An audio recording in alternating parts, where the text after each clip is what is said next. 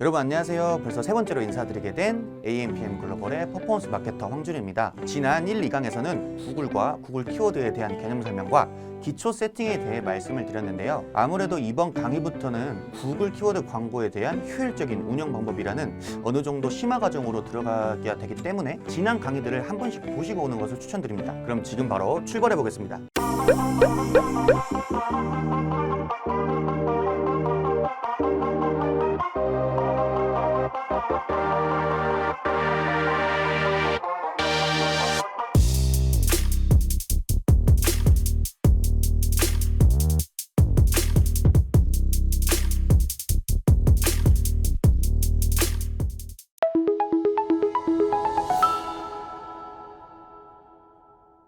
네, 여러분 안녕하세요. 오늘은 오프닝에서 말씀드렸듯이 구글 키워드에 대해 조금 심화 과정으로 들어갈 건데요. 어떻게 이 구글 키워드를 운영해야 효율적으로 운영이 가능한지에 대한 말씀을 드리려고 하는데, 이제 다른 모든 매체에서도 물론 똑같겠지만 저는 이 정규 매체 교육이라는 강의를 하고 있기 때문에 처음부터 설명을 드려보도록 하겠습니다. 당연히 이 구글 키워드라는 광고를 집행하기 전에 구글 키워드를 통해 얻고자 하는 목표 KPI를 선정을 하셔야겠죠. 이거는 뭐 다른 매체에서도 통용되는 얘기인데, 목표 KPI 어떻게 잡아야 될까요? 만약에 제가 지금 당장 구글 키워드를 통해 전환값을 내야 한다 라고 하면은, 물론 최소의 비용으로 최대의 전환값 얻는 것이 목표 KPI 라고 하실 수가 있죠. 근데 만약에 제가 네이버, 카카오, SA에서 효율이 잘 나오고 있는 상태예요. 만약에 가정을 해볼게요. 이 상태에서 추가적인 신규 혹은 잠재 고객 유치를 위해 매체를 확장해야 하는 상황이라고 가정을 해봅시다. 이런 과정에서, 이런 상황 속에서 저는 어떤 목표를 가져갈까요? 물론 많은 목표를 설정할 수 있겠지만, 저는 구글 매체에 구글 포털 사이트라 표현할게요. 구글 포털 사이트에 상주하는 유저의 우리 브랜드, 우리 업체, 우리 브랜드에 대한 인식 또는 인지도 제고라고 목표 KPI를 잡을 것 같아요. 왜냐하면은 당장 이 구글 안에서 전환을 내는 게 물론 너무 좋죠. 근데 어느 매체를 신규로 진입하든 처음에 진입했을 때 바로 전환이 나기에는 매우 어려워요. 모두들 아시다시피 수많은 경쟁 업체가 있고, 수많은 경쟁 업체들이 이미 그 매체에서 머신러닝이나 아니면은 마케터들의 이 데이터를 통해 완전 이 갈고 닦은 이 가공된 데이터를 가지고 있는데, 우리가 처음 진입하자마자 막 로아스 1000% 나오고 그러긴 너무 어렵잖아요. 그래서 초기에는 이렇게 우리 브랜드를 먼저 알려보는 게 어떨까. 그래서 이 알려서 어떻게 하냐가 되게 중요해요. 대표님들이 많이 여쭤보시는 게, 그 인식 제고에서 어떻게 할 건데요? 인식 제고가 뭐예요? 라고 물어보시는데, 당연히 브랜드 인지도를 제고를 했으면 우리 브랜드 혹은 우리 서비스나 제품에 대한 니즈가 있는 구글 포털 사이트 내 유저에 대한 데이터를 모을 수 있게 되죠. 자, 지금 말이 조금 제가 어렵게 드린 것 같은데, 말 그대로 네이버에서의 저희 업체나 서비스에 대한 니즈랑 구글에서의 저희 업체랑 서비스에 대한 니즈가 달라요. 이건 제가 1강에서 말씀을 드린 거랑 똑같은데, 이 구글과 네이버 그리고 카카오를 이용하는 그 소비자들의 매체 이용 목적이 다르기 때문에 이용하는 유저도 다를 뿐더러 니즈도 달라요. 따라서 우리 브랜드의 인식을 제고했어요. 그러면은 이 구글 포털 사이트 내에서 우리 브랜드와 서비스에 대해 관심이 있는 유저에 대한 데이터가 쌓이겠죠. 그걸 어떻게 보느냐? 페이지 체류 시간으로도 볼 수 있고, 아니면 페이지 세션 수로도 볼 수 있고, 페이지 액션 수, 이런 다양한 지표를 통해 확인할 수 있는데, 그거를 통해 우리 브랜드나 서비스 제품에 대해 니즈가 있는 이 구글 포털 사이트 내 유저에 대한 데이터를 얻을 수가 있는 겁니다. 자, 이렇게 해서 KPI는 브랜드 인지도 제고, 그래서 최종적인 KPI는 구글 포털 사이트 내 유저에 대한 데이터 확보로 잡았죠. 그러면 이 데이터를 어떻게 활용할 것인가? 어디에서 구글 키워드에서 어떻게 활용할 것인가 라는 게 이제 좀 초반에 가질 수 있는 문제라고 생각하는데요. 자, 이렇게 해서 이 구글 포털 사이트 내 유저에 대한 데이터를 확보를 했어요. 이러면 구글 키워드를 처음에 세팅할 때 매우 좋겠죠. 근데 저희는 지금 그런 상황이 아니라 애초에 구글이라는 매체를 처음 진입했고 그 처음을 구글 키워드를 통해 세팅하고 있잖아요. 저희가 지금 하고 있는 이 정규 교육 자체가. 그래서 이 키워드를 통해 이 유저에 대한 데이터를 확보하겠습니다. 자, 그러면 제가 첫 번째로 제가 저번 강의 기초 세팅할 때 말씀을 드렸는데 AMPM 글로벌에서 문의를 위한 캠페인 세팅을 했잖아요. 그러면 이 AMPM 글로벌에 문의를 하시는 그 클라이언트 분들도 되게 많이 다양하세요. 어떻게 있냐? 매체로 분류를 할 수가 있겠고요. 매체로 분류하면은 뭐 네이버, 뭐 카카오, 구글이라는 빈 매체와 메타, 뭐 ADN, 모비온, 틱톡, 아니면 이제 뭐 구글 에즈 안에 포함되기는 하지만 유튜브로 말씀 주실 분도 있고, 뭐 바이럴 되게 많아요. 정말 되게 많고, 저도 처음에 입사했을 때는 와, 이런 광고 매체도 있어 라고 싶을 정도로 많은 클라이언트 분들이 요청을 해주십니다. 컨설팅 문의라던가. 그러면 이 각각에 대한 니즈를 파악을 해야 되겠죠. 그랬을 때 네이버 캠페인을 설정할 수 있겠고, 카카오 캠페인을 설정할 수 있겠고, 뭐 바이럴 캠페인, 그 중에서도 뭐 인스타그램 협찬 캠페인을 설정할 수 있겠고, 이렇게 매체로 분류하더라도 캠페인 단위로 막 엄청 많이 세팅을 할 수가 있겠죠. 물론 이거를 캠페인이 아니라 광고 그룹에서도 설정할 수 있습니다. 자, 두 번째로 매체로 분류를 했으면은 규모로 분류를 해보겠습니다.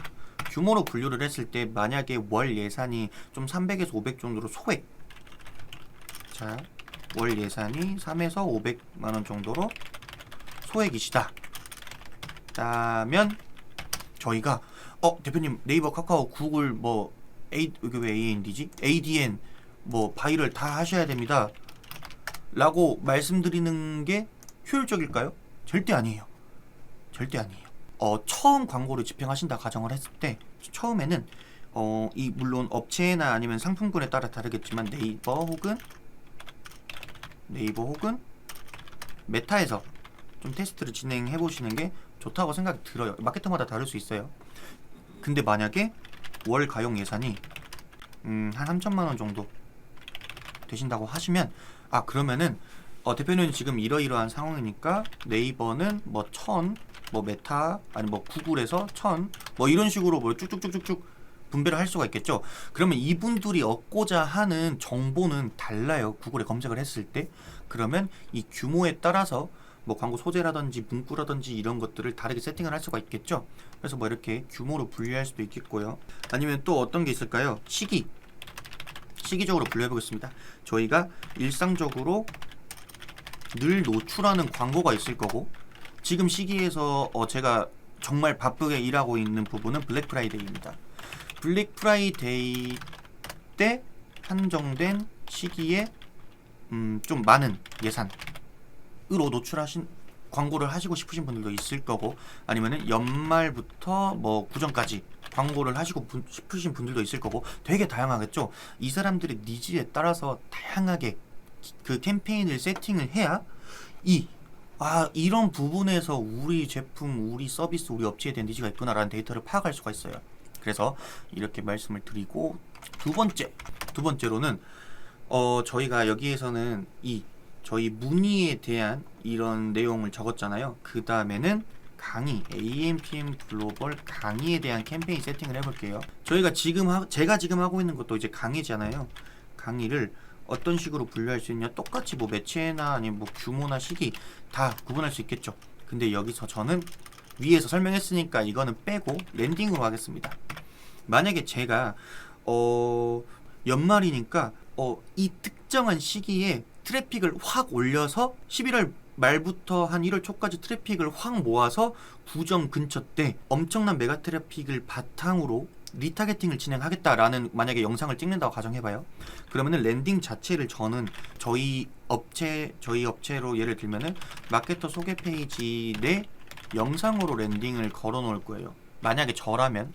근데 만약에 제가 그런 게 아니라 전체적으로 좀 의류 관련된 분들이 찾게끔 광고를 세팅을 하고 싶다 라고 하면 저는 특정 영상보다는 저의 레퍼런스를 한번 확인해 보시고 저한테 문의를 주세요 라고 하면서 마케터 소개 페이지 내 의류 관련 레퍼런스 URL을 랜딩을 걸어 놓을 수가 있겠죠. 이런 식으로 제가 보여주고 싶은 내용에 대해서도 랜딩을 달리해서 세팅을 할 수 있는 거예요. 그렇게 되면은 이분들이 이 광고를 통해서는 제 영상에 대해 니즈가 많은데 제 의류 관련 레퍼런스에 대해서는 니즈가 없다라고 판단을 제가 하고 이 데이터를 토대로 다음 광고에서는 이렇게 안 돌리거나 아니면은 독립 변수들을 놓고 하나의 변동 변수를 가지고 최적화 과정을 진행할 수가 있겠죠. 이런 식으로 여러 가지 방법을 통해 이 세팅을 할 수가 있는 겁니다. 그리고 이제 여기서는 캠페인 단위로 들어갔는데요. 이거는 다른 매체에서도 똑같습니다.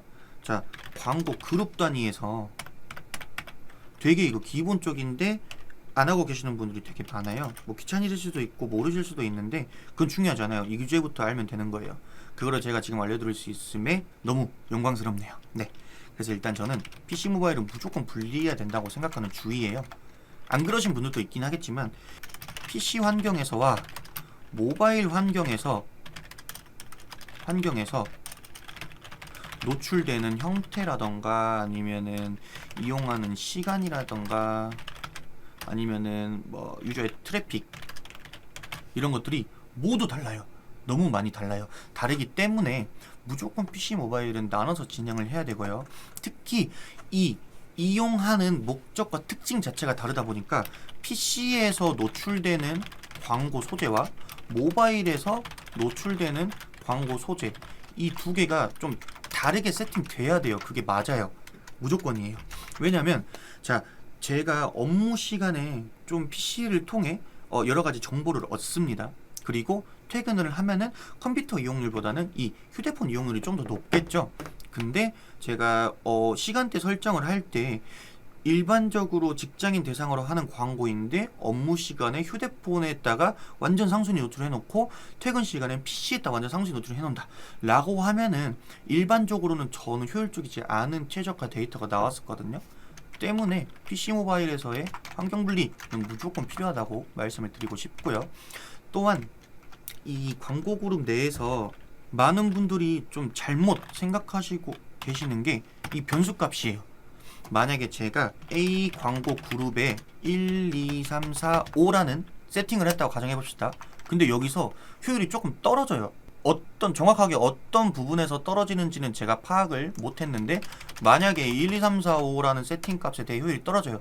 그러면은 어떤 분들은 B 광고 그룹을 세팅할 때 6, 7, 8, 9, 10 이렇게 세팅해요.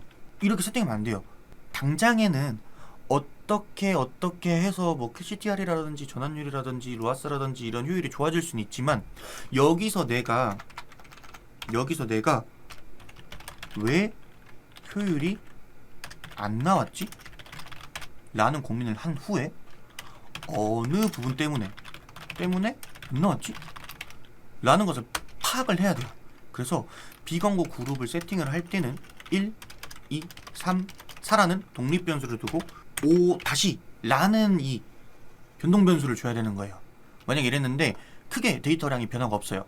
그러면은 5는 이 낮은 효율에 대한 좀 이 큰 영향을 미치는 지표가 아니라는 것을 알게 되죠. 그럼 여기서 또 다음번에는 자, 5 다시 해보고 자, C 광고 그룹은 1, 2, 3, 4 다시 5 이렇게 식으로 할 수 있고 또 이제 D 광고 그룹 같은 경우에는 1, 2, 3-4 자, 이렇게 하면은 각 광고 그룹에서 변수가 하나씩만 다르죠.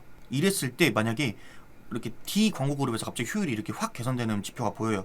그러면 이 3에 대한 이 A 광고 그룹에서 3에 대한 이 세팅 값을 변경해야 된다라는 이 명확한 데이터가 나오죠. 그래서 이렇게 저희 이 광고에 대한 구글 포토 사이트 내 유저의 니즈를 정확하게 좀 파악하기 위해서는 하나씩의 변수 값을 통제하면서 테스트를 진행해야 된다 라는 말씀을 하고 싶었습니다. 자, 그래서 일반적으로 세팅해서 초기에 진행할 수 있는, 그러니까 이 구글 매체 안에서 유저에 대한 니즈를 파악할 수 있는 방법은 크게 이 정도로 말씀을 드릴 수가 있고요. 그리고 제가 1강 구글 키워드의 특징에 대해 말씀을 드릴 때 확장 검색 한 번 더 적어 드릴게요. 확장 검색, 구문 검색, 일치 검색이 있었죠. 그래서 이 세 가지를 잘 활용하면서 내가 어느 정도까지 좀 넓은 단어를 포함시킬 것인가에 대한 테스트도 필요합니다.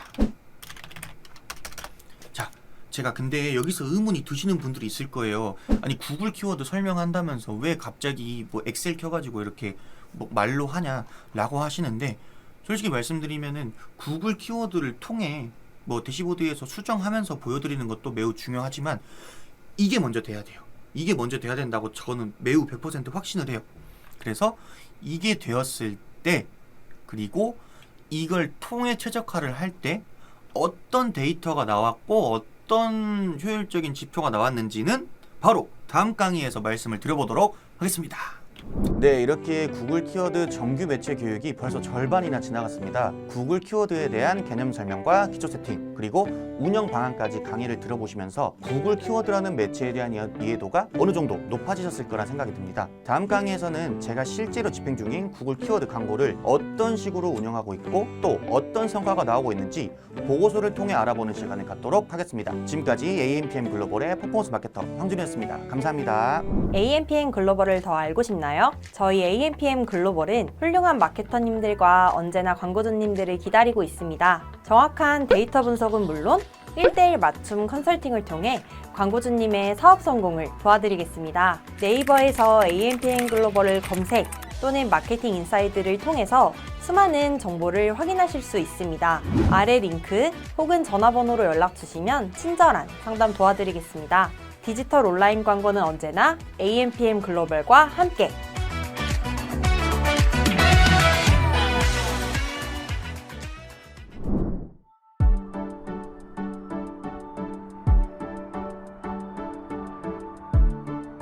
구독과 좋아요는 컨텐츠 제작에 힘이 됩니다.